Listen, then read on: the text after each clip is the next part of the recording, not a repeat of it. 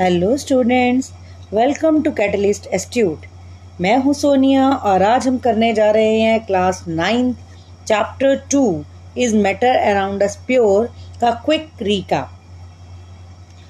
तो हमने इसमें क्या क्या पढ़ा था? पहले हमने पढ़ा मैटर।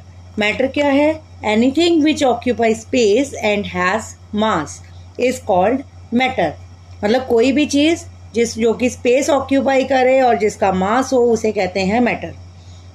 मैटर को दो पार्ट्स में डिवाइड किया गया, प्योर सब्सटेंसेस एंड मिक्सचर्स। हमने बाद में ये भी किया था कि प्योर सब्सटेंसेस हैं वो एलिमेंट्स और कंपाउंड्स में डिवाइडेड हैं। अब प्योर सब्सटेंसेस कौन से थे? जिनके कॉन्स्टिट्यूएंट पार्टिकल्स थे वो सब सेम थे उनकी केमिकल नेचर में, और उनके जो पार्टिकल्स थे वो सारे सिंगल टाइप ऑफ पार्टिकल्स थे। सोडियम क्लोराइड को भी प्योर सब्सटेंस कहा गया क्योंकि उसे किसी भी फिजिकल प्रोसेस से हम अलग नहीं कर सकते उसके केमिकल कॉन्स्टिट्यूएंट्स में। इसी तरह से शुगर भी एक प्योर सब्सटेंस है। ये सोडियम क्लोराइड और शुगर एक एग्जांपल देते हैं कंपाउंड्स की। तो प्योर सब्सटेंसेस आगे दो टाइप के थे, एलिमेंट्स एंड कंपाउंड्स। एक थे एलिमेंट्स जिसको हम और सिंपलर सब्सटेंसेस में ब्रेक नहीं कर सकते हैं, जैसे copper, oxygen, iron, hydrogen, mercury. और दूसरे थे कंपाउंड्स जिसकी फिक्स्ड कॉम्पोजिशन है और उन्हें हम एलिमेंट्स में आगे डिवाइड कर सकते हैं, पर उन्हें हम किसी केमिकल या इलेक्ट्रोकेमिकल रिएक्शन से कर सकते हैं, किसी फिजिकल प्रोसेस से नहीं कर सकते। और इसके एग्जाम्पल्स है like sodium chloride, sugar, water, methane, salt etcetera. तो ये सब थे हमारे प्योर सब्सटेंसेस जिसमें थी दो चीज़ें, कौन सी? Elements and compounds. अगर हम एलिमेंट्स एंड कंपाउंड्स की बात करें तो एलिमेंट्स एंड कंपाउंड्स में और भी कुछ बातें बताई गई थी। एलिमेंट्स एंड कंपाउंड्स जो थे उसमें एलिमेंट्स के आगे तीन पार्ट्स और थे, metals, non metals and metalloids. Metals कौन से थे? मेटल्स जिसकी कुछ प्रॉपर्टीज़ लाइक वो लस्ट्रस होती हैं और वो लस्ट्रस हैं और वो हीट कंडक्ट करती हैं। लस्ट्रस मीन्स जिसमें एक शाइन होती है, वो हीट और इलेक्ट्रिसिटी कंडक्ट करती हैं। वो मेलिएबल होती हैं। मेलिएबल मतलब जो कि बीटन इनटू शीट्स। और डक्टाइल होती हैं, मतलब कि उससे वायर्स बनाई जा सकती हैं। और उसके अलावा वो सोनोरस होती हैं, मतलब रिंगिंग साउंड देती हैं। और नॉन मेटल्स उसका बिल्कुल opposite, non lustrous, bad conductor of heat and electricity, non malleable, non ductile, non sonorous. Metalloid जो होते हैं उनकी प्रॉपर्टीज इंटरमीडिएट थी, मतलब बीचों बीच ना। कुछ उसकी प्रॉपर्टीज मेटल्स वाली, कुछ नॉन मेटल्स वाली, जिसमें थे बोरोन, सिलिकॉन एट्सेट्रा। ये थे हमारे मेटेलॉइड्स। अब उसके अलावा हमने क्या पढ़ा? मिक्सचर के बारे में। अब मिक्सचर क्या होता है? मिक्सचर में एक ऐसी मैटर की ही फॉर्म है, लेकिन इसमें टू या मोर सब्सटेंसेस जब मिक्स होते हैं तो विदाउट एनी प्रोपोर्शन होते हैं। लाइक फर्स्ट था एलिमेंट। प्योर मैटर जो था, प्योर सब्सटेंसेस जो थे उसमें आए थे एलिमेंट और कंपाउंड। एलिमेंट में तो सिर्फ वन काइंड ऑफ एटम ही थे, that can not be split into two और मोर सिंपलर सब्सटेंसेस। उसके बाद आए थे कंपाउंड। कंपाउंड में क्या थे कि वो दो या दो से ज़्यादा जो भी एलिमेंट्स हैं वो कंबाइन तो हो रहे हैं, पर वो एक डेफिनेट प्रोपोर्शन बाय मास होंगे, मतलब बाय मास एक डेफिनेट प्रोपोर्शन में ही मिक्स हो सकते हैं।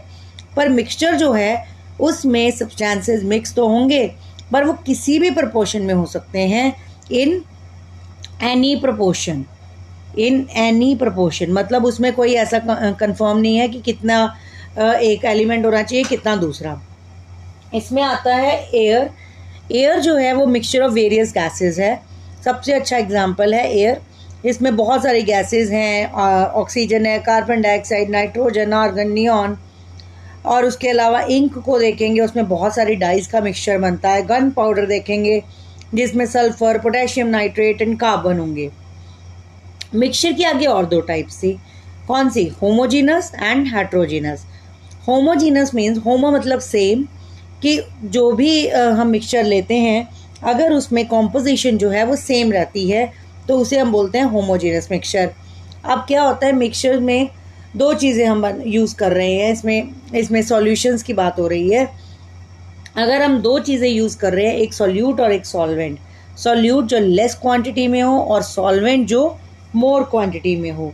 तो अगर हमने लेस क्वांटिटी यानी कि सॉल्यूट और मोर क्वांटिटी यानी कि सॉल्वेंट उनको मिक्स किया, तो अगर उनकी कॉम्पोजिशन जो है वो यूनिफॉर्म मतलब सेम रहती है, अलग अलग लेयर्स नहीं बनती, तो उसे बोलते हैं homogeneous mixture, like salt and sugar dissolve in water.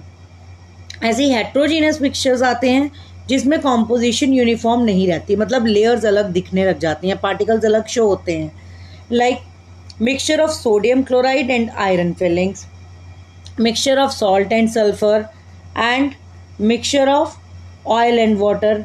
ये सारे जो चीज़ें हैं ये आपको बताती हैं कि ये हेट्रोजीनस मिक्सचर हैं, यानी कि अगर इनको आपने अलग चाहे अलग इनको मिक्स भी कर दें तो भी ये अलग अलग लेयर्स में ही दिखाई देंगे।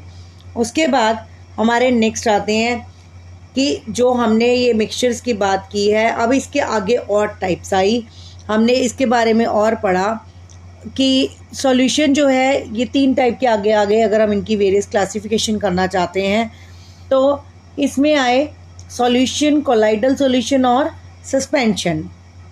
अब जो सॉल्यूशन था वो क्या था? सॉल्यूशन था सिंपली होमोजेनस मिक्सचर था 2 और मोर सब्सटेंसेस का सॉल्यूशन जिसमें सॉल्वेंट एंड सॉल्यूट होगा। अब उसी के बेसिस पे ये अलग अलग टाइप के दिए गए। अगर सॉलिड चीज़, अगर शुगर है वो सॉलिड हो रही है, लाइक ये सॉल्यूट जो है वो शुगर है, ये सॉलिड है, और ये लिक्विड है सॉल्वेंट, तो हमने कह दिया सॉलिड इन लिक्विड। ऐसे ही सॉलिड इन लिक्विड, अगर ये कार्बन डाइऑक्साइड वाटर में है तो हमने कह दिया गैस इन लिक्विड, और ऑक्सीजन और नाइट्रोजन मिल गए तो गैस इन गैस। तो इनको हमने अलग अलग पार्ट्स में डिवाइड कर दिया, सॉल्यूशन किस किस टाइप के हो सकते हैं। तो सॉल्यूशन जो होते हैं ये होमोजेनस मिक्सचर होते हैं सॉल्यूट और सॉल्वेंट के, और इनका सॉल्यूट पार्टिकल बहुत ही छोटा होता है, मतलब 10⁻⁻⁹ मीटर के भी कम है, यानी 1 नैनोमीटर आप कह सकते हैं, उससे भी कम होता है। तो उसके अलावा जो पार्टिकल्स हैं उन्हें नेक्ड आई से हम देख नहीं सकते। और जो ये इसमें अगर हम लाइट की बीम को अगर हम एक साइड पे पास करवाना चाहते हैं तो हमें कभी भी इसमें पाथ जो होगा उसका वो विजिबल नहीं होता। इसमें मतलब ये टिंडल इफेक्ट शो नहीं करते। अभी टिंडल इफेक्ट भी आपको पहले भी बताया था, अभी फिर बताएंगे। फिर आता है कि सॉल्यूट पार्टिकल्स हैं, अगर हम फिल्ट्रेशन करें उस मिक्सचर की जो सॉल्यूशन बनाया हुआ है तो उसमें कभी भी फिल्टर पेपर पर सॉल्यूट पार्टिकल्स अलग नहीं दिखाई देंगे। और अगर हम उसको रख दें, जैसे आपने नमक वाला पानी ले लिया, अगर आप उसको छानना चाहेंगे तो कभी भी नमक अलग से ऊपर नहीं आएगा, और अगर आप उसको थोड़ी देर रख देते हैं तो ये नहीं है कि नमक नीचे बैठ जाएगा और पानी ऊपर होगा। तो सॉल्यूशन जो होता है वो स्टेबल होता है। फिर टाइप्स ऑफ सॉल्यूशन आ गई। ये डाइल्यूट हो सकता है, डाइल्यूट मतलब जिसमें स्मॉल अमाउंट ऑफ सॉल्यूट होगा और लार्ज अमाउंट ऑफ सॉल्वेंट होगा। सॉल्वेंट बहुत ज़्यादा होता है, सॉल्यूट कम होता है। फिर आता है कॉन्सेंट्रेटेड। कॉन्सेंट्रेटेड मतलब जो कि जिसमें कि सॉल्यूट जो है वो ज़्यादा होता है, जैसे ब्राइन सॉल्यूशन, ऑरेंज जूस। फिर आता है सैचुरेटेड। सैचुरेटेड कौन सा है? जिसमें सॉल्यूट जो है हम इससे ज़्यादा डिज़ोल्व नहीं कर सकते एक पर्टिकुलर टेम्परेचर पर, मतलब एक पर्टिकुलर अमाउंट सॉल्यूट की डिज़ोल्व हो गई, उसके बाद आगे और सॉल्यूट नहीं डिज़ोल्व होगा। यानी कि अगर आपने एक बार जो बना दिया सॉल्यूशन वो वहीं तक मिक्स हो पाएगा, उसके आगे मिक्स होना बंद हो जाएगा। अनसैचुरेटेड उसका ऑपोजिट, मतलब कि इसमें और आप ऐड करते जाओ वो मिक्स होता जाएगा। फिर आता है सुपर सैचुरेटेड। इसमें मोर डिजॉल्व सॉल्यूट होता है देन द सैचुरेटेड कॉन्सेंट्रेशन, मतलब हम इसको बनाते हैं, इसमें हम कह सकते हैं कि ये जो है इसमें सॉल्यूट जो है वो ज़्यादा, उसकी सैचुरेशन से भी ज़्यादा पॉइंट से हम उसमें ज़बरदस्ती उसमें ऐड कर सकते हैं, मतलब डिज़ोल्व कर लेते हैं। ज़बरदस्ती का मीन्स किसी स्पेशल केमिकल या उनसे प्रोसेसेस से। फिर आई सॉल्युबिलिटी। सॉल्युबिलिटी क्या है? मतलब एक सैचुरेटेड सॉल्यूशन में कितना सॉल्यूट जो है वो प्रेजेंट हो सकता है, उस अमाउंट को बोला गया एक पर्टिकुलर टेम्परेचर पे, उसे बोला जाता है उसकी सॉल्युबिलिटी। फिर आती है कॉन्सेंट्रेशन। कॉन्सेंट्रेशन ये बताती है सॉल्यूशन की कि किसी गिवन अमाउंट ऑफ सॉल्यूशन में कितना सॉल्यूट हो सकता है। अब उस सॉल्यूट को यानी उस कॉन्सेंट्रेशन को प्रेजेंट करने के लिए अलग अलग मेथड्स हैं। एक है मास बाय मास परसेंटेज, यानी कि mass of solute over mass of solution into 100। अगर हमने वॉल्यूम ले लिया तो हम मास ऑफ सॉल्यूशन की जगह वॉल्यूम ऑफ सॉल्यूशन लिख देंगे। अगर हमने वॉल्यूम बाय वॉल्यूम लिया, मतलब दोनों ही वॉल्यूम है, तो दोनों का वॉल्यूम ले लेंगे। बाकी फॉर्मूले में ज़्यादा कोई डिफरेंस नहीं है, हम जो भी परसेंटेज ले रहे हैं उसी हिसाब से हमने उसका वो भी चेंज कर दिया। फिर आया सस्पेंशन। अब सस्पेंशन क्या था, ये हेट्रोजीनस होते हैं, हेट्रोजीनस मिक्सचर है, इसमें सॉल्यूट पार्टिकल्स जो हैं वो डिज़ोल्व नहीं होते और वो मीडियम में ऐसे ही पड़े रहते हैं। तो इनको हम पार्टिकल्स को नेक्ड आई से देख भी सकते हैं और पार्टिकल्स जो हैं वो बीम ऑफ लाइट को स्कैटर भी करते हैं। और सॉल्यूट पार्टिकल्स अगर थोड़ी देर के लिए ऐसे ही हम उसको रख दें तो वो थोड़ी देर बाद सेटल भी हो जाते हैं, यानी कि सस्पेंशन हो गया अनस्टेबल। सस्पेंशन क्या हो गया, अनस्टेबल। फिर सॉल्यूट पार्टिकल्स जो होते हैं उनको हम सॉल्यूट पार्टिकल्स को जो है हम फिल्ट्रेशन से सेपरेट भी कर सकते हैं। मतलब अगर फिल्टर पेपर से हम सेपरेट करना चाहें तो फिल्टर पेपर को दिखाई भी देंगे। उसके बाद आता है और एक बात, सस्पेंशन जो होता है उनका जो साइज़ है वो बहुत ज़्यादा होता है। सस्पेंशन का जो साइज़ होता है वो लार्जर देन 10⁻⁻5 सेंटीमीटर होता है।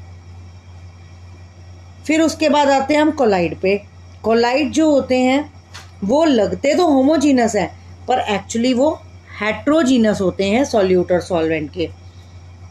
अब इसमें क्या होता है, ये हेट्रोजीनस मिक्सचर है, तो हेट्रोजीनस मिक्सचर में साइज़ जो है पार्टिकल्स का ये कैसे होता है, ये इन दोनों के ट्रू सॉल्यूशन और सस्पेंशन के बीचों बीच का है।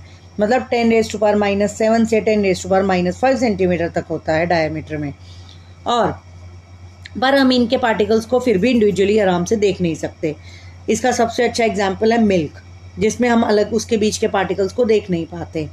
कोलाइड जो हैं वो उनके सिर्फ इतने पार्टिकल्स बड़े होते हैं कि वो बीम ऑफ लाइट को स्कैटर कर सकते हैं, मतलब उसका पाथ विजिबल होता है।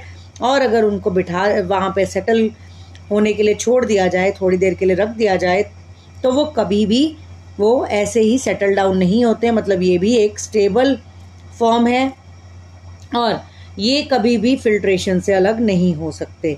इसका क्या मतलब था कि ये इसकी सारी प्रॉपर्टीज़ तो है सस्पेंशन जैसी, सॉल्यूशन जैसी, बस एक प्रॉपर्टी है सस्पेंशन जैसी जिसे कहते हैं हम टिंडल इफेक्ट। और इसमें होता है दो चीज़ें, dispersed phase and dispersion medium. Dispersed phase वो था जैसे कि हमारे सॉल्यूट की तरह, जो कम होगा उसे डिस्पर्स्ड फेस, जो ज़्यादा होगा उसे कहेंगे डिस्पर्जन मीडियम। तो इसकी हमने कई टाइप्स भी की थी, आप पढ़ सकते हैं उसको, डिस्पर्स्ड फेस और डिस्पर्जन मीडियम को। उन्हीं के बेसिस पे liquid in gas, solid in gas, इस टाइप से हमने टाइप्स बनाई थी, aerosol, foam, emulsion, sol, foam, gel, solid sol, like that. फिर आता है टिंडल इफेक्ट, अभी मैं बार बार बता चुकी हूँ। टिंडल इफेक्ट मतलब scattering of beam of light by colloidal particles. फिर आता है टिंडल इफेक्ट दिखाई कहाँ देता है, सबसे पहले जब अगर कोई रूम में किसी स्मॉल होल में से लाइट एंटर हो रही है तो वहाँ पे दिखता है टिंडल इफेक्ट, क्योंकि हमें वो पार्टिकल्स डस्ट और स्मोक के वहाँ पर दिखाई दे रहे होते हैं। और अगर सनलाइट है वो डेंस फॉरेस्ट होता है, उसमें भी कहीं से थोड़ा सा दिखाई दे रहा हो, उसमें पत्तों में से, जैसे वहाँ के लीव्स में से जो लाइट आ रही होती है धीरे धीरे नीचे, तब भी उसमें टाइनी ड्रॉपलेट्स ऑफ वाटर ये सब थोड़े थोड़े दिखाई दे रहे होते हैं। ये देखिए, ये एग्जाम्पल है कि अगर आपने ये इसमें से मिक्सचर से निकाला तो वो आया आपका ये था आपका ये आपका था सॉल्यूशन जिसमें से कुछ नहीं दिखाई देगा, लेकिन ये क्या है, ये है कोलाइड जहाँ पर आपका पाथ हो गया विजिबल। फिर हम आते हैं नेक्स्ट चीज़ पे जिसे कहते हैं फिजिकल एंड केमिकल चेंजेस। ये तो आप बहुत बार पढ़ चुके हैं। जैसे फिजिकल चेंजेस क्या हैं, टेम्परेरी एंड रिवर्सिबल हैं, उसमें सिर्फ फिजिकल प्रॉपर्टीज़ ही सब्सटेंस की चेंज होती हैं और कोई चेंज केमिकल नेचर में नहीं होता।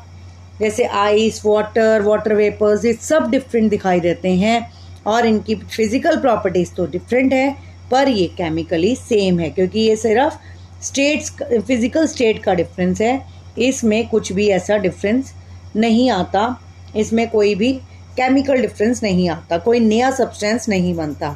केमिकल चेंजेस का ऑपोजिट हो गया कि परमानेंट है, इरिवर्सिबल है, और इसमें नया सब्सटेंस बन गया, इसमें rusting of iron, burning of paper, ये सब आ गए। अब एक एग्जाम्पल था बर्निंग ऑफ कैंडल, इसमें तो दोनों चेंजेस दिखते हैं, मतलब जब इसे बर्न करते हैं तो जो वैक्स होती है वो लिक्विड में चेंज हो जाती है। वैक्स पहले सॉलिड है, बाद में लिक्विड बन गई, तो वो तो एक फिजिकल चेंज है, क्योंकि वो जब उसे वापस रख देंगे तो वो फिर से सॉलिड हो जाएगी। पर ये कार्बन डाइऑक्साइड और वाटर भी दे रही है, तो इसलिए ये एक केमिकल चेंज भी है। अब टाइप्स ऑफ मैटर मैं आपको बता चुकी हूँ, मिक्सचर के पार्ट्स। हाँ, एक रह गए हैं इनके डिफरेंसेस। अब डिफरेंसेस क्या हैं? डिफरेंसेस में आप मिक्सचर और कंपाउंड्स के, कि मिक्सचर जो बना है वही सेम बात, कि कोई नया कंपाउंड फॉर्म नहीं होता, ये किसी भी कॉम्पोजिशन में, किसी भी प्रोपोर्शन में इसमें मिक्स हो जाते हैं एलिमेंट्स या कंपाउंड्स। लेकिन कंपाउंड्स में एक न्यू बन जाते हैं, एलिमेंट्स जब भी रिएक्ट करेंगे तो न्यू कंपाउंड्स बन जाएंगे, और उनमें वेरिएबल, उनमें कोई कॉम्पोजिशन हमेशा फिक्स्ड होती है, इसमें वेरिएबल होती है। मिक्सचर जो है उनमें सारे कॉन्स्टिट्यूएंट सब्सटेंसेस की प्रॉपर्टीज़ एज इट इज़ रहती हैं, मतलब जो भी कंपोनेंट्स हैं, जो भी उसके कॉन्स्टिट्यूएंट पार्टिकल्स हैं, उनकी आइडेंटिटी वैसी ही रहती है। पर इसमें क्योंकि न्यू सब्सटेंस बन गया तो ये टोटली डिफरेंट प्रॉपर्टी शो करता है। कॉन्स्टिट्यूएंट्स जो हैं उन्हें हम फिजिकल मेथड से सेपरेट कर सकते हैं, पर इसमें सिर्फ केमिकल मेथड ही यूज़ हो सकते हैं कंपाउंड्स में।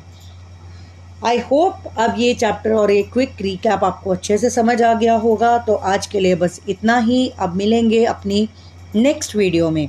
अगर आपको ये वीडियो अच्छी लगे तो लाइक, कमेंट एंड शेयर ज़रूर करना, और हमारे चैनल को सब्सक्राइब कर लेना, और साथ ही हमारे इंस्टा अकाउंट को भी चेक करना, जिसका लिंक दिया गया है डिस्क्रिप्शन बॉक्स में। तो चलिए मिलते हैं अगली वीडियो में। Thank you.